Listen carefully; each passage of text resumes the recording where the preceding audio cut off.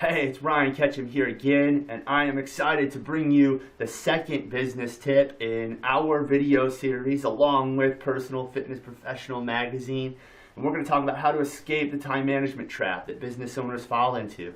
Now, if you remember back to the first video, we talked about setting smarter goals and then categorizing your goals into one of the four categories of the most important types of goals that matter for you as a fitness business owner. And if you've done that process, now we have to look at setting the goal isn't enough, right? We have to look at how to plan for this goal. How do you create the roadmap for success? So now we know the end point. Your goal is the end point on your map. Now we need to program this into our GPS, so to speak, and we know our starting point. It's where you're at today. We know the end point to what you set your goal at. Now we need to create the roadmap. We need to figure out the fastest, best plan of attack to get there. So this is essentially your goal GPS, right? So we're going to plug this in. And what we look at is there's a few key steps into planning this out.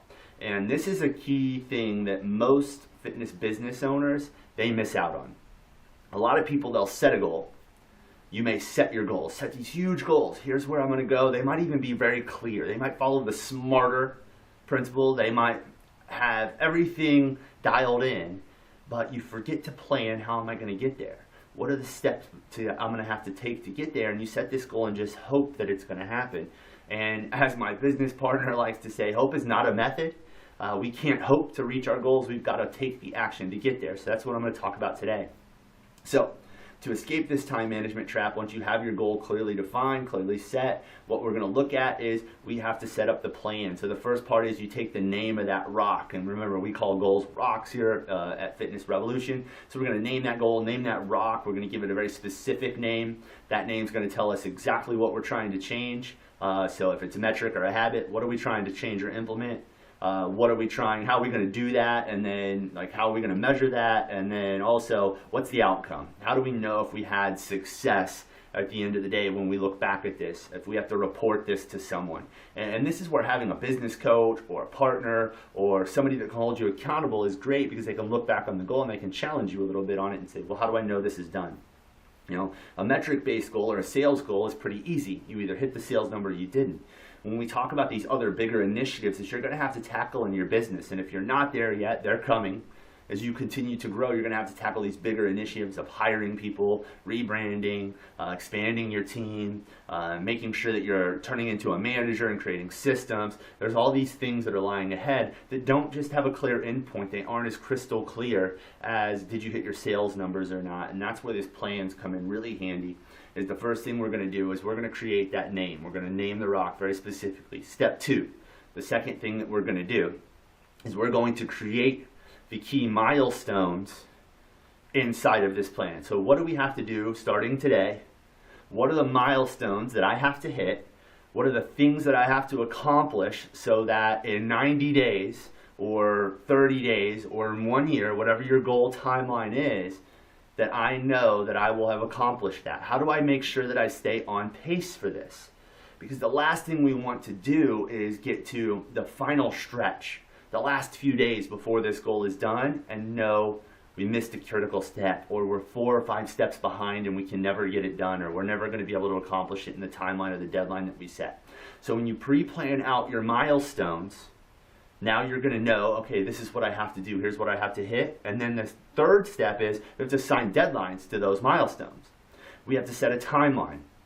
So especially in project-based and even revenue-based and metric-based goals and rocks, we're going to look at if you need to add $10,000 a month to your revenue and you need to do that over a quarter, you can't hope to add that all in the last couple weeks of that quarter. You need to constantly be growing. So each month we need to add around $3,000 a month in revenue to the business. If not, you're off track. And being off track is okay if you know that and you can address it, because it allows you to shift gears, it allows you to adjust your plan, it allows you to see, I need to spend a little more time to be more aggressive in the accomplishment of that plan. And so we need to do that. We need to set the timeline. 4, we need to assign ownership. So if you're a solopreneur, if you're running a business by yourself and you don't have a team, then everything probably falls to you. But as you start to grow your team and you're going to bring other people into this, you're going to have to involve them into, you need to assign ownership and then meet with them to make sure they understand what they're responsible for to help you accomplish your goals. So we assign ownership. And then the last piece of the puzzle is that we have to track this along the way, and we use this as our roadmap through the quarter so that I know in 30 days I need to be here, in 45 days I need to be here, and then in 60 days here. And you use that to adjust your progress, use that to adjust your plan. We want to take, a 30,000 foot view look at this and then aggressively attack each of those milestones and use this as your GPS throughout the quarter to accomplish your goals. And that's how you escape the time management trap.